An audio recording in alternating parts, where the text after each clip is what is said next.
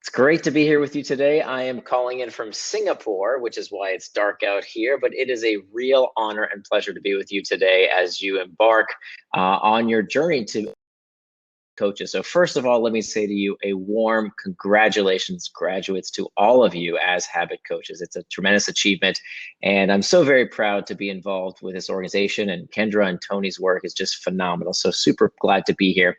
I wanted to say just a few words as you embark upon your next step as habit coaches.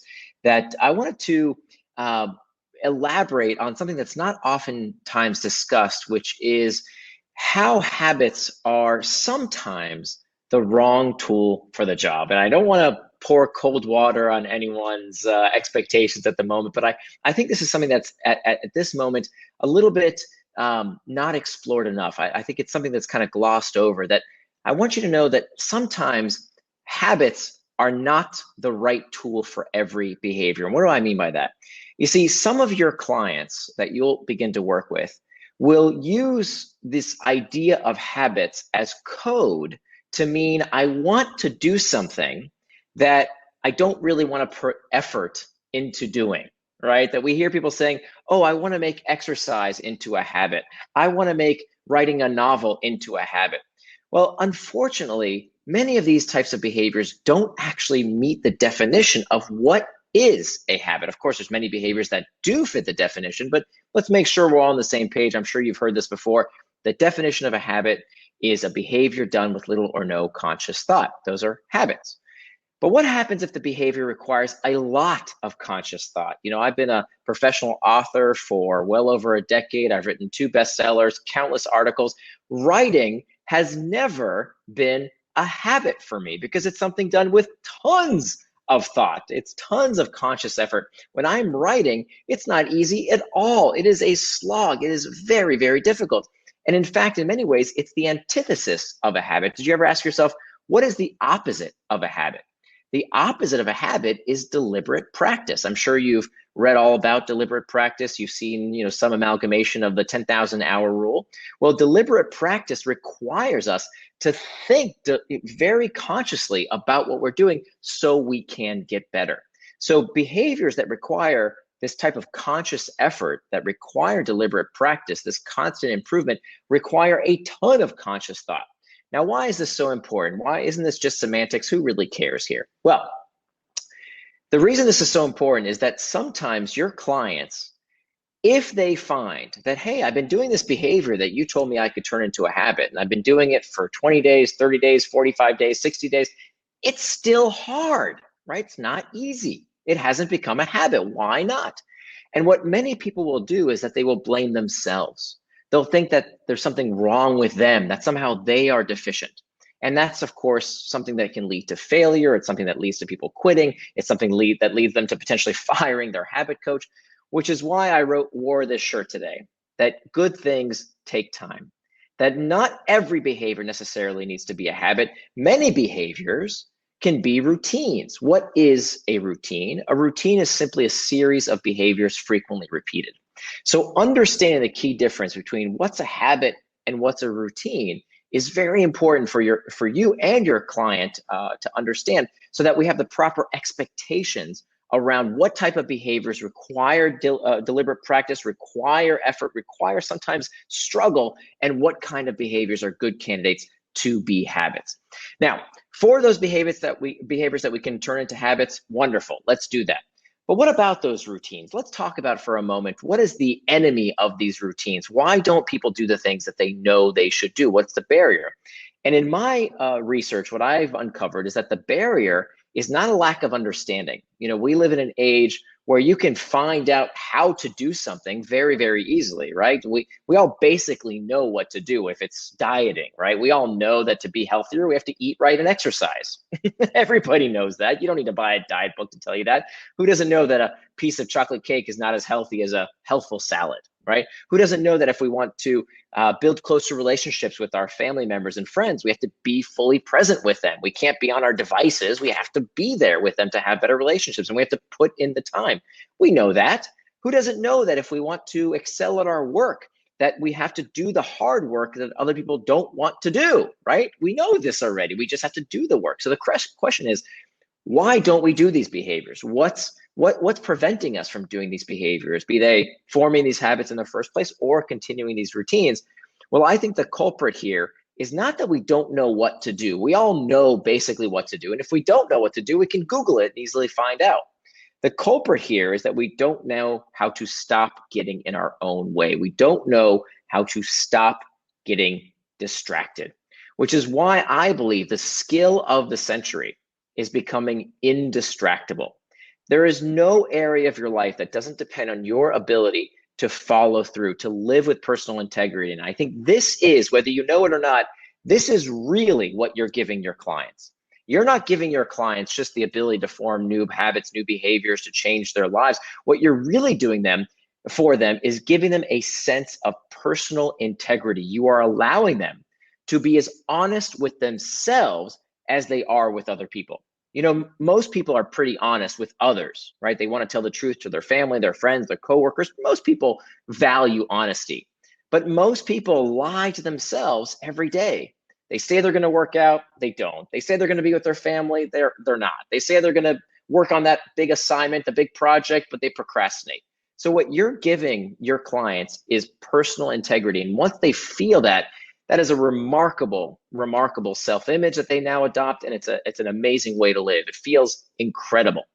And the way we do that is by helping them do whatever it is they say they are going to do. So what I want to do is to take just a couple minutes and explain this model I've been working on for the past 5 years. That's the basis of my book, Indistractable, and how we can all live with personal integrity and do what we say we're going to do. So the first place to understand what is distraction and how can we become indistractable is to understand what is the opposite of distraction.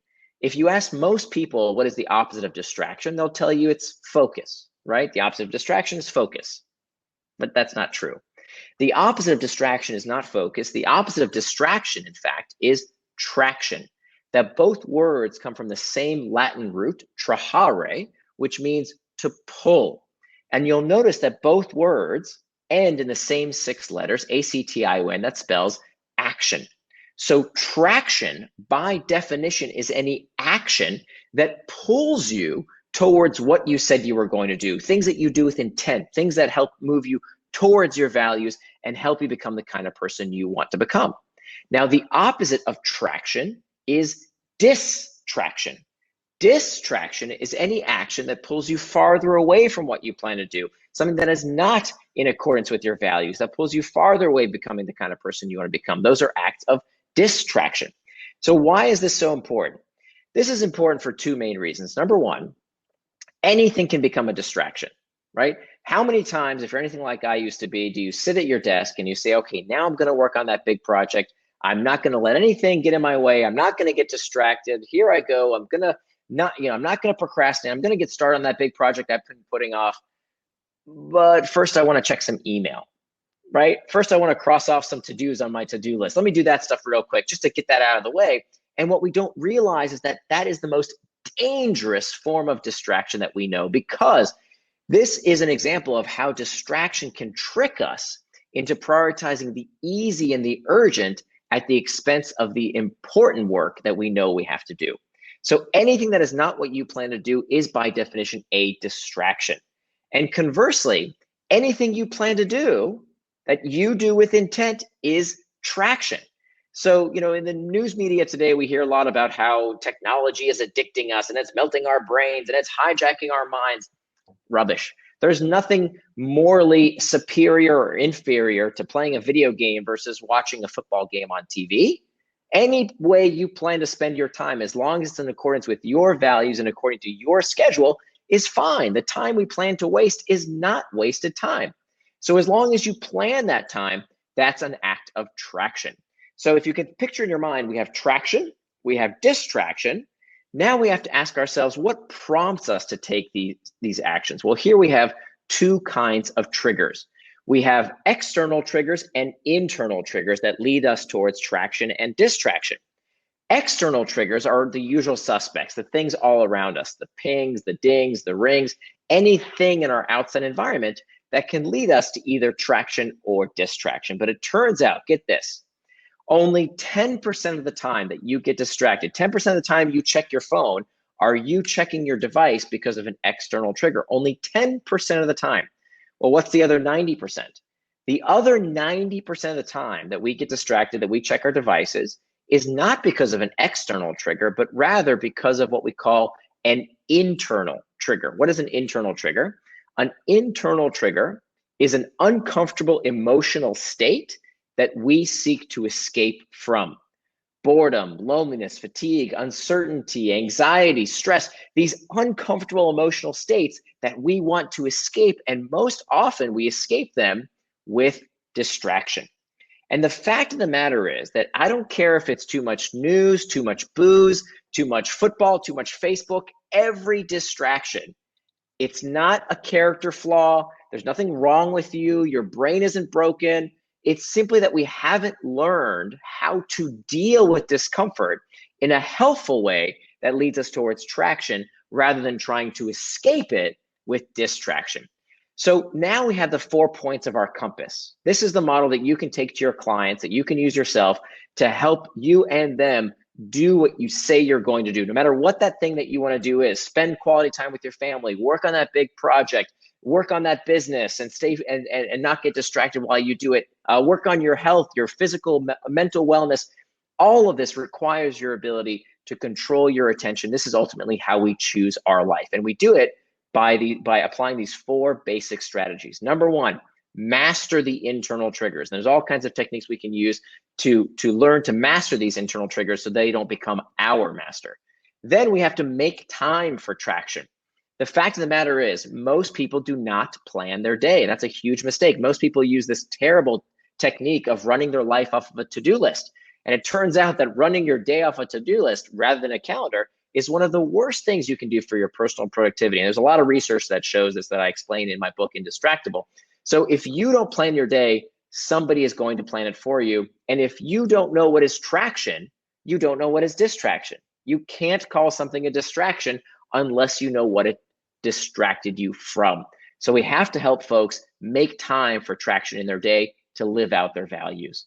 The next step, step number 3, is to hack back the external triggers. There is so much that we can do right now that proves that we are so much more powerful than all of these distractions. For example, what's Mark Zuckerberg going to do if we turn off notifications, right? How many of us complain about getting constantly distracted, but we sleep next to our cell phones every night, right? There's some very simple things we can do that everyone can do to hack back those external triggers using technology, ironically enough, to prevent getting distracted by technology. All kinds of techniques we can use there. Finally, the 4th step is to prevent distraction with pacts. Pacts apply what we call a pre-commitment device. It's our last line of defense. It's the firewall to prevent us from getting distracted if those other 3 strategies fail. So these are the 4 key pillars of becoming indistractable: master the internal triggers, make time for traction, hack back the external triggers, and prevent distraction with pacts. This is what I've been working on for the past 5 years, researching. There's over 30 pages of citations to peer-reviewed studies. This is just some techniques I made up. Tons of great research I hope you'll check out. The book, again, is called Indistractable: How to Control Your Attention and Choose Your Life. I hope you'll check it out. And I truly do believe that we can get the best out of these technologies and tools without letting them get the best of us. We can all become indistractable. And with that, congratulations, graduates. Stay strong, stay indistractable, and keep up the wonderful work. Nir, thank you so much. Thank you so much. That was an amazing talk. We're so blessed to have you today. I'm curious. I hope some of the coaches stick around for the networking at the end, because I'm curious how they took what you said and kind of combined it with the models that we give. But one thing stood out to me right away, which is we feel like there's this incredible power in tackling a goal with a habit, because it puts a client in a position of dealing with reality. So they like the tendency is to do all of this upfront planning. And we're like, well, mostly you're planning for the wrong things. And an internal trigger is exactly that thing that they're not going to plan for, because they haven't really acknowledged yet or that aware of what's going on. So like the way that we coach is we get them a keystone habit, we get them moving right away. And then we ask, Yeah. what went wrong and why? And so then finally we're starting to deal with what are the real issues that get in the way of a goal. So anyways, that was very deep. And Nir, I appreciate you so much for coming to talk to all of our coaches today. Okay, I'll let you off the stage. I'm honored to be here. Take care, everyone. Take care. Good luck.